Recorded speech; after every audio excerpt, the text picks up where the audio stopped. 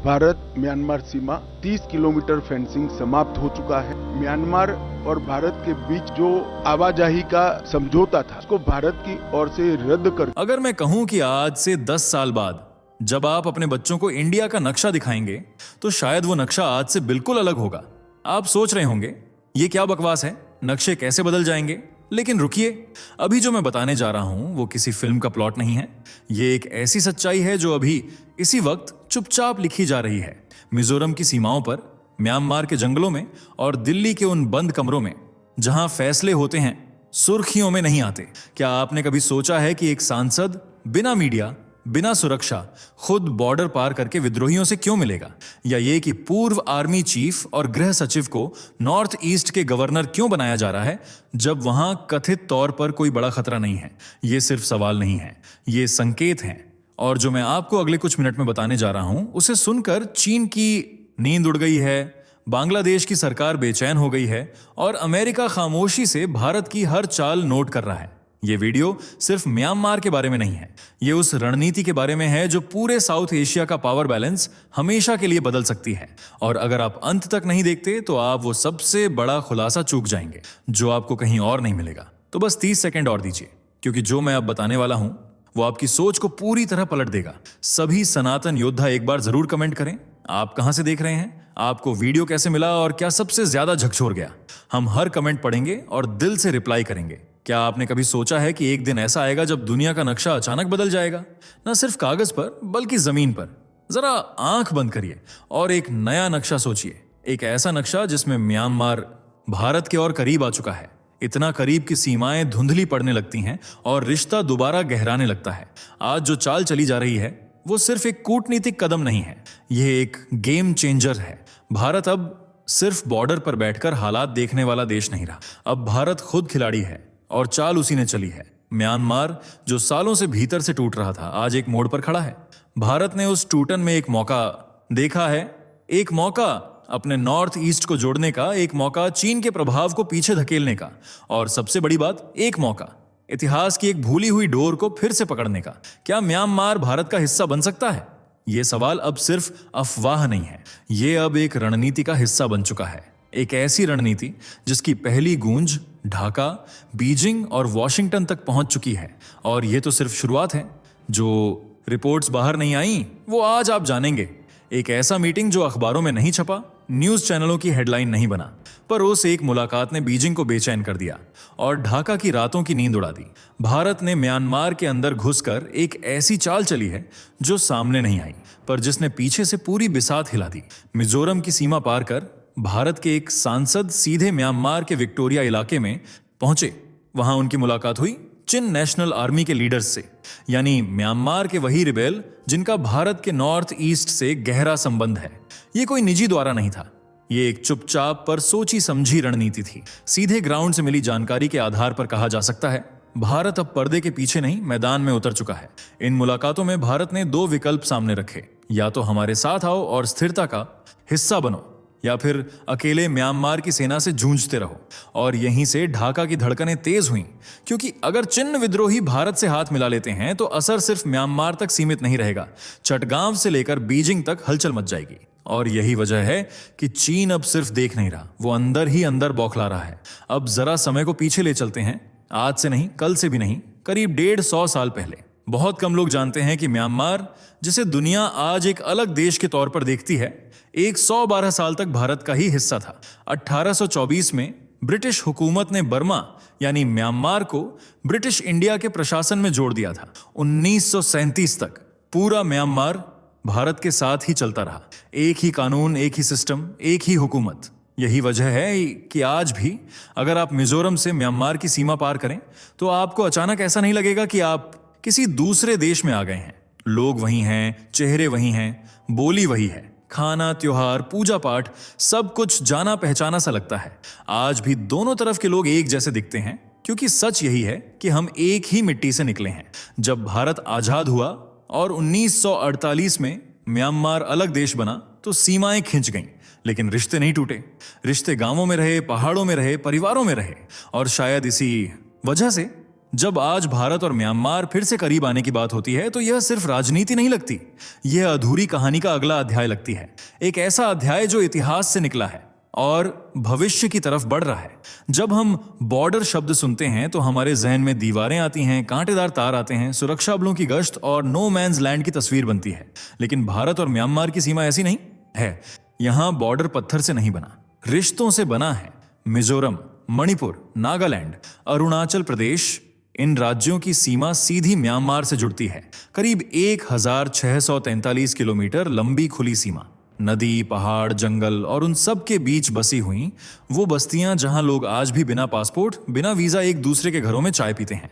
15 से ज्यादा valid border cross point हैं और न जाने कितने अनकहे रास्ते जहां कोई रोक टोक नहीं, बस अपनापन है। मिजोरम में चिन्ह को लोग भाई मानते हैं। शादी ब्याह, त्योहार, शोक सब साथ में मनाया जाता है। बच्चों के नाम तक एक जैसे रखे जाते हैं।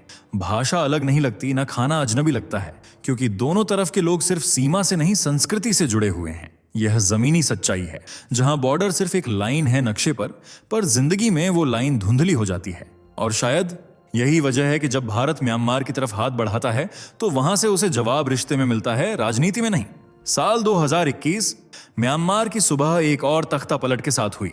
सेना ने लोकतंत्र को कुचल दिया, जनता की चुनी हुई सरकार को गिरा दिया गया और देखते ही देखते पूरा देश एक ज्वालामुखी की तरह फूट पड़ा। हर वो समुदाय जो सालों से दबा हुआ था हथियार उठाने लगा। पहाड़ों में, जंगलों में, गांवों में हर इलाका अपने हथियारों का राजा बन गया। कहीं करेन नेशनल यूनियन, कहीं काचिन इंडिपेंडेंट आर्मी और मिजोरम से सटे इलाकों में चिन नेशनल फ्रंट। म्यांमार एक नक्शा नहीं रहा, वो एक युद्ध भूमि में बदल गया। सरकार एक तरफ, सेना दूसरी तरफ और तीसरी तरफ दर्जनों जातीय रिबेल ग्रुप्स, जिन्हें न कोई आदेश देता है और न कोई रोकता है। देश के भीतर जंग थी, लेकिन उसका असर सीमाओं के पार महसूस होने लगा। भारत के लिए यह कोई दूर का संकट नहीं था। 1643 किलोमीटर लंबी खुली सीमा का मतलब है कि हर गोली, हर विस्फोट सीधा नॉर्थ ईस्ट की शांति को हिला सकता है। भारत चुप नहीं रह सकता था, लेकिन भारत ने जल्दबाजी भी नहीं की। उसने इंतजार किया और फिर सही समय पर दांव चला, क्योंकि जब पड़ोसी घर में आग लगी हो तो दीवार ऊंची करने से कुछ नहीं होता, उस आग को बुझाना ही समझदारी है। अब तक भारत की नीति थी शांति की अपील, कूटनीति की बातचीत और सीमाओं पर सतर्क निगरानी। लेकिन अब कुछ बदल चुका है। यह अब बैकफुट की नहीं, फ्रंट फुट की रणनीति है। भारत ने साफ कर दिया है, जो म्यांमार की जमीन पर ताकत रखते हैं अब उनसे सीधे बात होगी। और यहीं एंट्री होती है चिन नेशनल आर्मी की, वो जातीय विद्रोही जो म्यांमार के पश्चिमी इलाकों में सक्रिय हैं और जिनका गहरा रिश्ता भारत के मिजोरम राज्य से जुड़ा है। अब भारत सिर्फ नेपीडो की सैन्य सरकार से नहीं, चिन विद्रोहियों से भी रणनीतिक संवाद कर रहा है। सीधे ग्राउंड पर, सीधे संपर्क। इसी रणनीति के तहत मिजोरम के एक सांसद ने बॉर्डर पार कर विक्टोरिया क्षेत्र में चिन नेताओं से मुलाकात की। यह कोई इत्तेफाक नहीं था, यह भारत की नई दिशा का प्रतीक था। इस कदम की गंभीरता का अंदाजा भारत की नियुक्तियों से लगाया जा सकता है। मणिपुर के नए गवर्नर अजय भल्ला, पूर्व गृह सचिव। मिजोरम के गवर्नर जनरल वी के सिंह, पूर्व आर्मी चीफ। दोनों रणनीति और सुरक्षा के धुरंधर। भारत अब रोड मैप बदल चुका है, सीमाओं को लेकर उसकी सोच भी। अब जमीन पर ताकतवर से बात होगी, चाहे वो सरकार हो या कोई विद्रोही, क्योंकि रणनीति अब कागज पर नहीं बनती, वो फील्ड पर लिखी जा रही है। क्या मिजोरम का सपना पूरा होगा? सालों से जो बात सिर्फ लोकल आंदोलनों में गूंजती थी, आज वो धीरे धीरे रणनीतिक वार्ताओं का हिस्सा बन रही है। Greater Mizoram, Mizo hills state, Kukiland, ये शब्द अब सिर्फ भावनात्मक नारे नहीं हैं, ये एक उभरती हुई रणनीति का संकेत है। भारत के नॉर्थ ईस्ट में कई जनजातियां हैं जो अपनी पहचान, संस्कृति और अधिकार को लेकर दशकों से संघर्ष कर रही हैं। त्रिपुरा, मणिपुर, मिजोरम की जनजातियों की साझा पीड़ा यही रही है। उन्हें अक्सर केंद्र से दूर और उपेक्षित महसूस हुआ। लेकिन अब भारत की रणनीति इन समुदायों को अलग अलग देखने के बजाय एक बड़े फ्रेम में देखने की ओर बढ़ रही है। अगर चिन विद्रोही भारत के साथ आते हैं तो एक ऐसा भविष्य संभव है जहां भारत एक नया जोनल मॉडल तैयार करे, जिसमें सीमावर्ती जनजातियां जो आज 3 देशों में बंटी हैं, संस्कृति और रणनीति के स्तर पर एकजुट हो सकें। एक ऐसा राज्य जो मिजोरम, मणिपुर के कुछ हिस्सों और म्यांमार की सीमांत पहाड़ियों को जोड़ सके। शायद नाम हो ग्रेटर मिजोरम या मिजो हिल्स। ये अभी सिर्फ कागज पर नहीं है, ये बातचीत अब फील्ड तक पहुंच चुकी है। सपना है हाँ, लेकिन रणनीति भी बन चुका है, क्योंकि जब पहचान की आवाज को दिशा मिलती है तो वो आंदोलन नहीं रह जाती, वो एक नया नक्शा बन जाती है। जब भारत ने म्यांमार के अंदर कदम बढ़ाया तो सबसे पहले झटका ढाका को लगा। क्यों?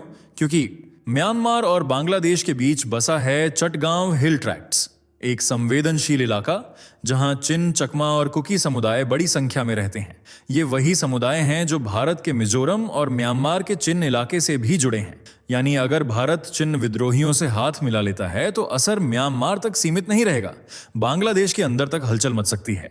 और यहां एक नाम ऐसा है जिससे ढाका की धड़कनें और भी तेज हो जाती हैं, अराकान आर्मी। अराकान आर्मी जो म्यांमार के रखाइन क्षेत्र में सक्रिय है और बांग्लादेश की सीमा के बेहद करीब है। अब कल्पना कीजिए, अगर भारत चाहे तो अराकान आर्मी को चुपचाप समर्थन दे सकता है ताकि वो ढाका को संतुलन में रखे। अब सिर्फ भारत का चिकन नेक नहीं, बांग्लादेश का भी है। भारत की ये रणनीति एकदम साफ है, सीधे टकराव नहीं, 3 तरफा दबाव। 1, नॉर्थ ईस्ट से सैन्य मजबूती। 2, म्यांमार में रणनीतिक पकड़। 3, बांग्लादेश के भीतर छाया हुआ तनाव। भारत अब मोहरे एक साथ हिला रहा है और गेम पूरी तरह उसके हाथ में आता दिख रहा है। जो खुद प्रॉक्सी से खेलता था अब उसी का प्रॉक्सी हाथ से जा रहा है। चीन जो दशकों से अपने पड़ोसियों में छाया युद्ध यानी प्रॉक्सी वॉर खेलता आया है, आज वही खुद एक प्रॉक्सी की चपेट में फंसता दिख रहा है। म्यांमार उसके लिए कोई आम पड़ोसी नहीं है, वो एक स्ट्रैटेजिक कॉरिडोर है जो चीन को सीधे इंडियन ओशन तक पहुंच देता है बिना मलक्का स्ट्रेट पर निर्भर हुए।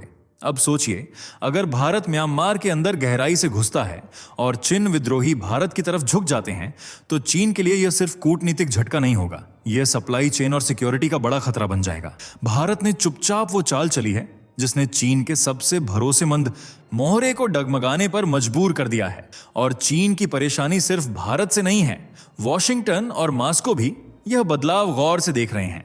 अमेरिका के लिए यह मौका है चीन की घेरेबंदी का। रूस के लिए यह क्षेत्र फिर से दिलचस्प हो रहा है क्योंकि वह म्यांमार को हथियार बेचता रहा है। अब म्यांमार सिर्फ एक देश नहीं, ये एक अखाड़ा बन चुका है और भारत इस बार सिर्फ दर्शक नहीं है, वो रिंग के अंदर है और चाल उसी के पास है। कभी भारत का नॉर्थ ईस्ट सिर्फ एक कोना माना जाता था, दूर, उपेक्षित, सीमाओं से सटा हुआ और अक्सर नजरअंदाज। लेकिन आज वही नॉर्थ ईस्ट भारत की रणनीतिक शील्ड बन चुका है। हर मोहरा, हर नियुक्ति, हर संपर्क सिर्फ एक संदेश दे रहा है।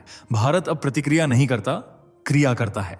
मिजोरम, मणिपुर, अरुणाचल, नागालैंड, ये अब सिर्फ राज्य नहीं है, ये वो फ्रंटलाइन है जहां भारत ने अपना नया रोड मैप तैयार किया है। म्यांमार में भारत की मौजूदगी, बांग्लादेश पर अप्रत्यक्ष दबाव और चीन की रणनीतिक उलझन, ये सब साबित करते हैं कि भारत अब कोई ऐसा देश नहीं जो हालात का इंतजार करे।